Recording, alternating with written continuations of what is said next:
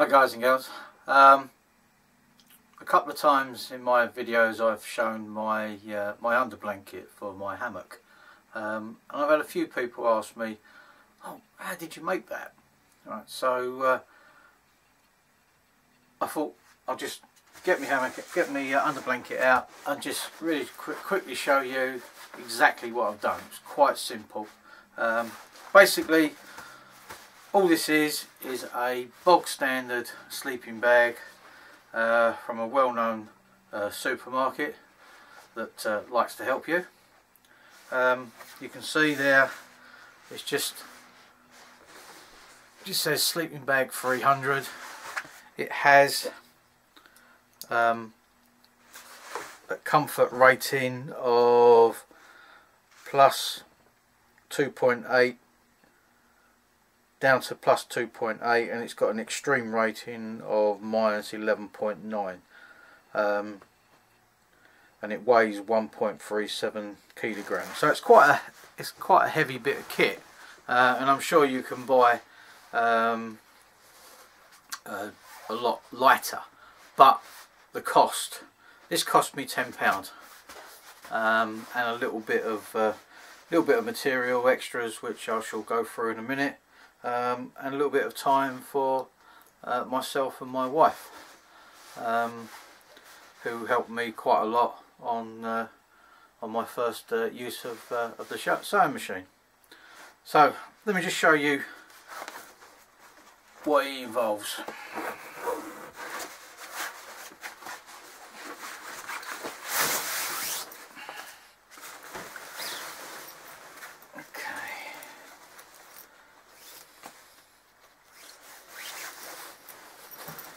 You can see I've made no attempt to take out the zip, and in fact that was one of my stipulations, that if needed, it could still be used as a ordinary sleeping bag, which it can, if I can get the zip done up, because it stayed open all this time. Oh, I see, it's got caught.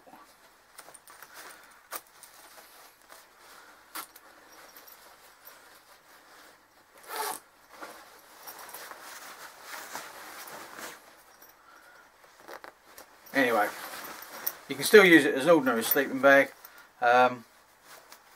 which I find, I think that gives it an extra dimension really. What we done was we made up several tubes of material. A little bit closer, just several little tubes of material, and they were sewn on inside the zip, so obviously the zip can still be used. And what I've done was I measured the sleeping bag, and basically what I wanted to do was get one length which goes down, that's just half the length of the sleeping bag. Then there's a gap, then we have another one which is the second half,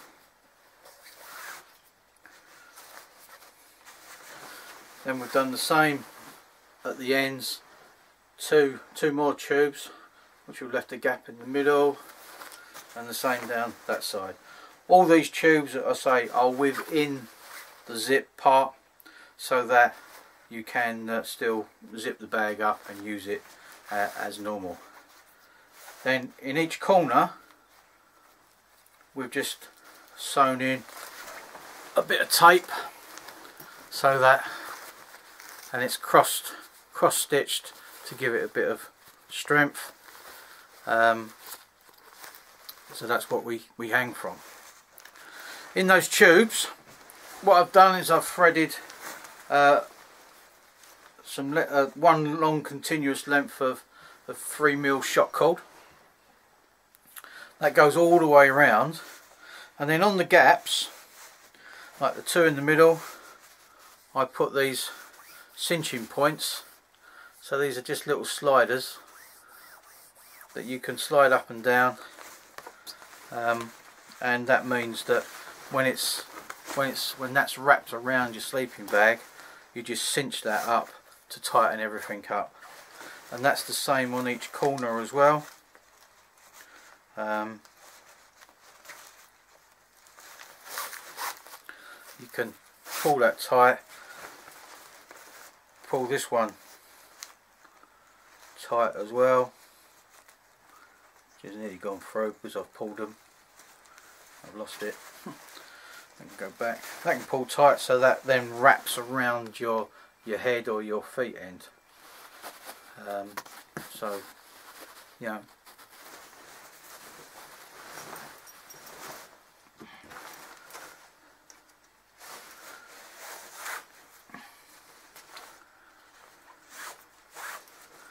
as you can see from this end, when you cinch everything in, that just brings everything together. Now, what I've done I experimented on several different things. I just tied these up to my ridgeline with paracord, but I found that when I got into the hammock, I seemed to be actually sort of like laying in this sleeping bag. Well, the whole idea of the underquilt is that when this lays underneath your hammock, you're trapping a layer of air underneath. Because the biggest problem with it, well, if you're ground dwelling or whatever, is that when you're laying on the sleeping bag, you just squash any insulating properties that the bag has. So therefore you're just losing all that insulation. Whereas this just hangs loosely underneath. It shouldn't be too loose, but if it hangs just loosely underneath the hammock, then it traps a layer of air which warms up with your body heat and just keeps you nice and cosy. Being the cheapskate that I am, I actually found these bungee cords. I already had these rings on these straps, which I got with my I think I got with my hammock, and I never really found a use for them using it on my hammock. But these come in really handy, because what I've done is I've just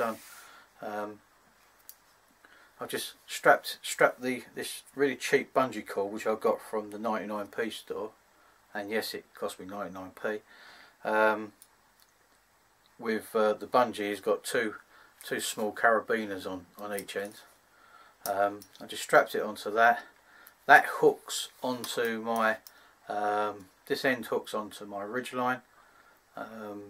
Normally the last carabiner I use for my tarp, that hooks onto that, and then these just hook onto these straps, just like that, and it gives you a little bit of stretch, so that it gives, when you get into the hammock, it actually gives with you. So it actually proves to be quite useful. So it's just a quick video. There's not really a lot more I can show other than doing it in front of you, and I don't really need another one, so I'm not going to make another one. But it's just plain and simple. It's just, what was it, 1, 2, 3, 4, 5, 6, 8, made up 8 tubes of material. Sewn those into the inside the sleeping bag. Run a bit of 3mm shot cord around it. Put these sliders on so you can cinch up in the two sides, because they're handy to when you actually get in, you can actually cinch up the sides to bring everything around, and the 4 corners, so you can cinch it around, well, normally around your shoulders and down the bottom around your feet. And it's as simple as that. It really didn't take that long to make. It probably took no more than, well, definitely less than an hour, and it's a completed thing. So you think, I mean, that material didn't cost a lot, didn't cost the earth. The 3mm shot cord was, other than the actual sleeping bag itself, was probably the most expensive. I think I bought this actually in B&Q's, the shot cord, and the sliders I got online, I think for about 10 for a couple of quid. They were really quite cheap. So all in all, probably with the sleeping bag and all the bits and pieces, it probably cost no more than, well, between 15 and 20 pounds in total. And you know, I've had people that have borrowed this,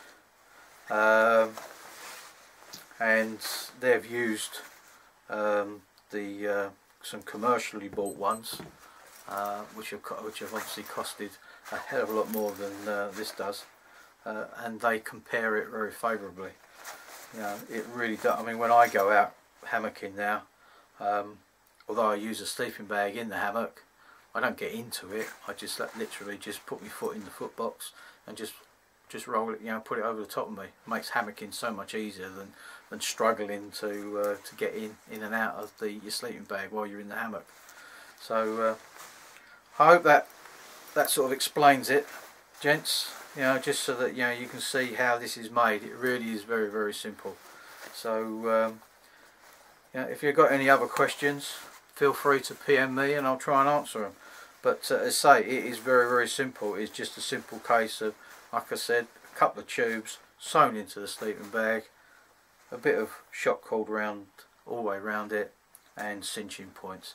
The cinching points are important because you do need to, you know, pull it up around the hammock so it just gives you that small air gap around your body, and then it works perfectly. So hope that's okay, gents. So like I say, if you've got any questions, feel free to PM me and I'll try and answer them. Thanks a lot.